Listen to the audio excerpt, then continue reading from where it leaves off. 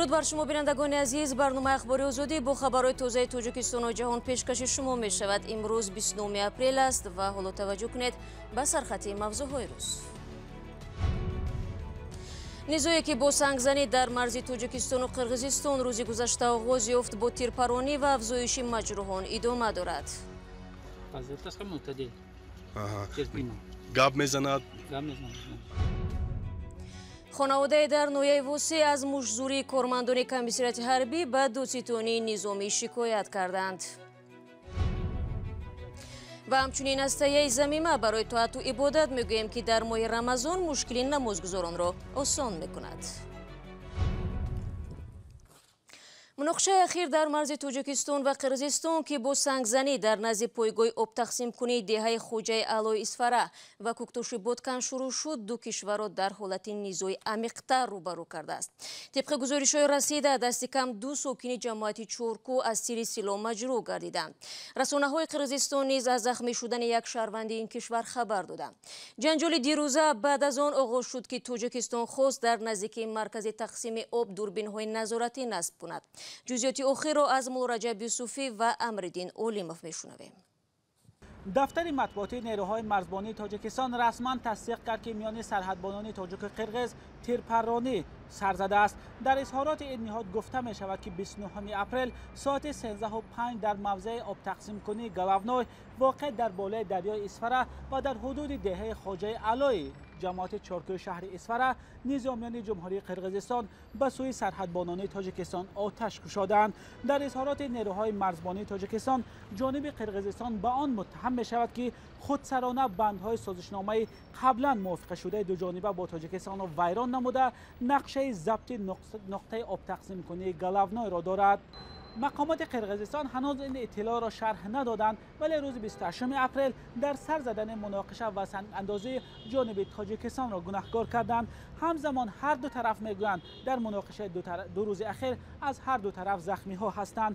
ҷониби Тоҷикистон теъдоди захмиҳоро 7 нафар гуфтааст. ба гуфтаи нерӯҳои марзбонӣ 2 нафари онҳо аз тири силоҳ захмдор шуданд ва вазъи як нафарашон вазнин аст. ҷониби Қирғизистон ҳам гуфт 4 шаҳрванди ин кишвар дар муноқишаҳои ахир захмдор шуданд, ки як нафари онҳо аз тири силоҳ маҷрӯҳ шудааст. дар шабакаҳои иҷтимоӣ аз ирсоли нерӯҳои иловагӣ ба марз дида мешавад, вале як намояндаи ниҳодҳои қудратии Тоҷикистон ин хабарро рад карда гуфт, дар Исфара нерӯҳои кофӣ ҳастанд ва дар сурати сар задани нооромӣ ба марз фиристода мешаванд. бино ба хабарҳо ҳоло мақомоти ду кишвар талош доранд вазъиятро ба эътидол оранд. Муллораҷаб Юсуфӣ, Амриддин Олимов, Озодӣ, Душанбе. шумо гузориши Муллораҷаб Юсуфиро тамошо кардед ва ҳамкори дигари мо Фарзон Муҳаммадӣ ҳамин лаҳзаҳо дар бемористони марказии шаҳри Исфара қарор дорад, ки захмиёнро аз минтақаи марзӣ ба ҳамин ҷо оварданд. аммо тавре дида мешавад, наворбардорӣ барои ҳамкори мо осон набуд.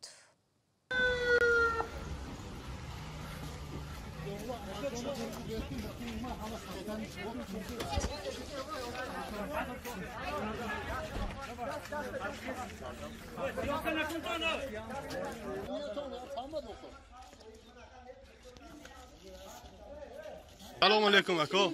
бахшиш, мо журналист ҳастем. чӣ гап аст? ягон гап нест. чон кунтози вақте мегапоми. дуруст. шумо ному насабатонро гӯед? Масуф Суроҷиддин. хуб, инҷа барои чӣ омадед ба беморхона? Сачи акома он қағозот тез дадааст. Территорияи худи тоҷик ба даруни авлиш ба практически. Кай ин ҳодиса шудааст? Саҳри. ҳозир вазъияташон чӣ хел аст? Вазъияташ хеле мӯътадил. гап мезанад? Гап мезанад. кай бояд аз инҷа мураххас ҷавоб шавад? ному насабашон чи ҳамон бемора? Амакуб Оқилҷон.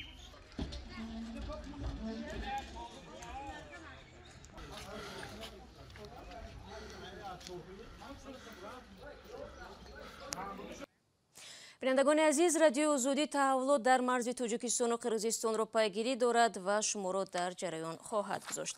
ман барномаро идома медиҳам. расо як соли пеш дар ҳамин рӯзҳо мақомоти Тоҷикистон вуҷуди вируси COVID-19 дар ҳудуди кишварро эътироф карданд. хабарнигорони радиои Озодӣ дар арафаи солгарди санаи мазкур як силсила гузоришҳоро омода намуданд ва пораи аз онро ҳоло ҳамроҳ бо шумо тамошо мекунем. در ناحیه جبار رسولوف بود. اولی مراتبه ما همو واها اونجا بیمار ما میگفتیم اون علامت‌های همین بیماری بود که ما اینهای گرفته کرانتین به بیمارخانه سرایتی شهر خوجان بستری کنونیم. وقتی که ما انالیزاشون گرفته تحلیل‌ها رو به دوشنبه سپردیم. اون وقتا ما تحلیلات نداشتیم پایدمی کووید بعد تصدیق شده اومد.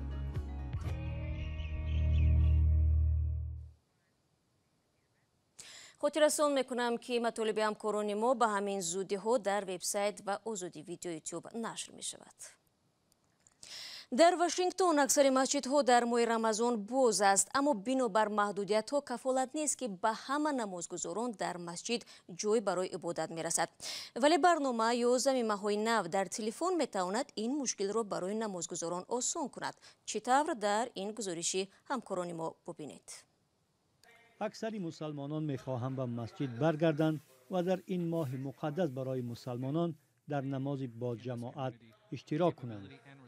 اما به دلیل محدودیت‌های مربوط به پاندemia و از معیار مقرر کرده مقامات بیشتر قبول نکردن نمازگزاران، مسئولین مسجدها وادار شدند ایجادکاری کنند. ما دو نماز داریم، یکی در حال پس از نماز خفتن، دیگری تقریبا ساعت 11 شب. در این شرایط محدودیت‌ها مسجدها از فناوری‌های نو استفاده می‌کنند و ثبت نام آنلاینی و موبیلی را به راه مانده‌اند. خدا را شکر که مسجد ما کلان است و برای 1000 نفر جای دارد. حالا اینجا در هر نماز 200 نفر شرکت می‌کند. این اولین ثبت نام است. در مسجد الرحمه ضمیمه با نام سمارت جماعت استفاده می‌شود که به معنای جماعت هوشمند است. توسط این برنامه خواهشمندان می توانند از طریق تلفن خود شمار نمازگزاران را در مسجد معین کنند و یا برای عبادت جای خالی جستجو نمایند. ما می‌خواستیم ضمیمه در سطح حرفه‌ای تهیه و به مردم پیشنهاد کنیم. این ضمیمه به مردم رایگان خدمت می‌کنند. مردم هم مجبور نمی‌شود برای آمدن به مسجد بیهوده وقت و پول صرف کند.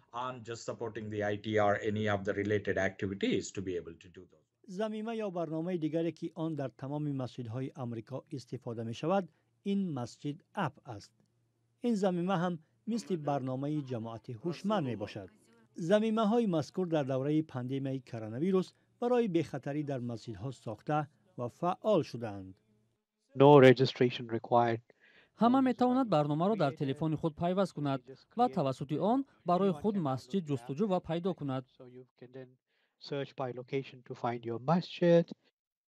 با فناوری های مثل این ضمیمه ها، مسجدها در ایالات متحده آمریکا می توانند از تجمع مردم زیاد هنگام نمازگزاری و خطر سرایت یابی و کووید 19 جلوگیری کنند.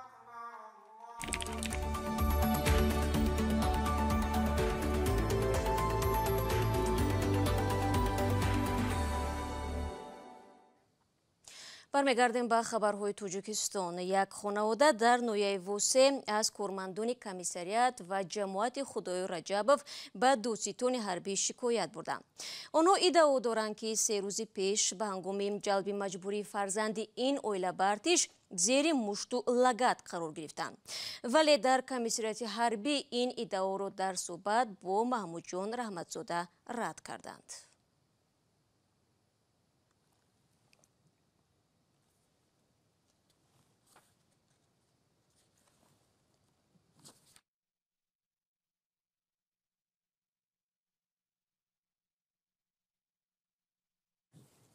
خب بینندگان عزیز، برنامه آزادی را ادامه میدیم و حالا یک خبر هست. دادگاه نویه 5 ولایت ختلون به بررسی قضیه مرگ مهرانشو جمعیف افسر شعبه امور داخلی این نویه شروع کرد. مهرانشوی 25 ساله روز 7 فوریه امسال در شعبه امور داخلی نویه 5 بر اثر ضربی تیر جان باخت و در کرسی عیبداری باشد. نسیم امیرزاده دانشجوی سال 4 بخش غایبانه اکادمی وزارت کارهای داخلی نشسته است. امیرزاده از روی اتهام کشتار از بی‌احتیاطی در دادگاه پاسخ میگوید و باید گفت که این مدت به مهلت از 2 تا 5 سال زندان و محروم نمودن از اشغال منصب را پیش بینی میکند.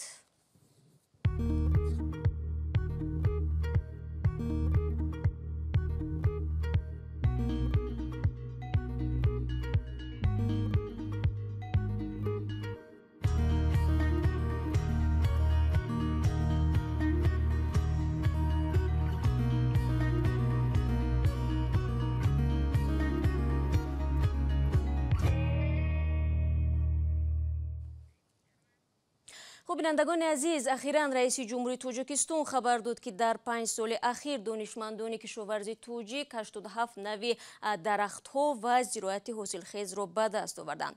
худи олимони арсаи кишоварзӣ мегӯянд ки чунин пайвандсозиҳо бештар ҳадафи пешгирӣ аз асароти номатлуби тағйироти ҷаҳонии иқлимро дар пай доштааст. Барои Юсуфӣ мавзӯъро идома медиҳад. гиёҳшиносон ё ботаникҳои Тоҷикистон ахиран чанд намуди нави себро ба вуҷуд оварданд ки ба шароити баландкӯҳ мутобиқ буда метавонад дар заминҳои лалмии кӯҳистон ҳосили зиёд диҳад. ин яке аз даҳҳо ихтирои селексионӣ ё беҳтарсозии навъи зироат аст ки дар боғҳои пажӯҳишгоҳи боғпарварию зироаткории Академияи илмҳои кишоварзии Тоҷикистон анҷом дода мешавад. олимони тоҷик дар 5 соли ахир 87 навъи нави растаниҳоро парвариш карданд ки ба хок ва обу ҳавои Тоҷикистон мутобиқ буда ҳосили бештар ва беҳтар медиҳанд. тақрибан ними ин дастовардҳо ба кормандони озмоишгоҳи Академияи илмҳои кишоварзии Тоҷикистон тааллуқ дорад. ҳадаф аз эҷоди навъҳои нави дарахту буттаҳо ҳамчунин даст ёфтан ба зотҳои беҳтари растаниҳо номида мешавад. вақте ки нав офарида мешавад, нуқтаҳои асосӣ бояд ба назар гирифта шавад. ва шароити иқлими ҷумҳуриямон бояд мутобиқ бошад. ҳаминам боз бо ҳамон мавзеъҳое ки дар он ҷо ба парвариши ин ё он дарахти мевадиҳанда бошад, зироати сабзавотӣ бошад ё картошка мувофиқ бошад. зеро ки бибинед ҳозир мо дар сатҳи 920 метр аз сатҳи бар агар ҷойгир бошем, тасаввур кунед ки дар баландии 2500 метр оё ҳамин нав парвариш карда мешавад ё не? гармиҳои ғайримунтазираи зимистонӣ, сардиҳои баҳор ва серборишӣ дар тобистон солҳои ахир ҳосили аксари дарахтони мевадиҳандаро нобуд мекунад.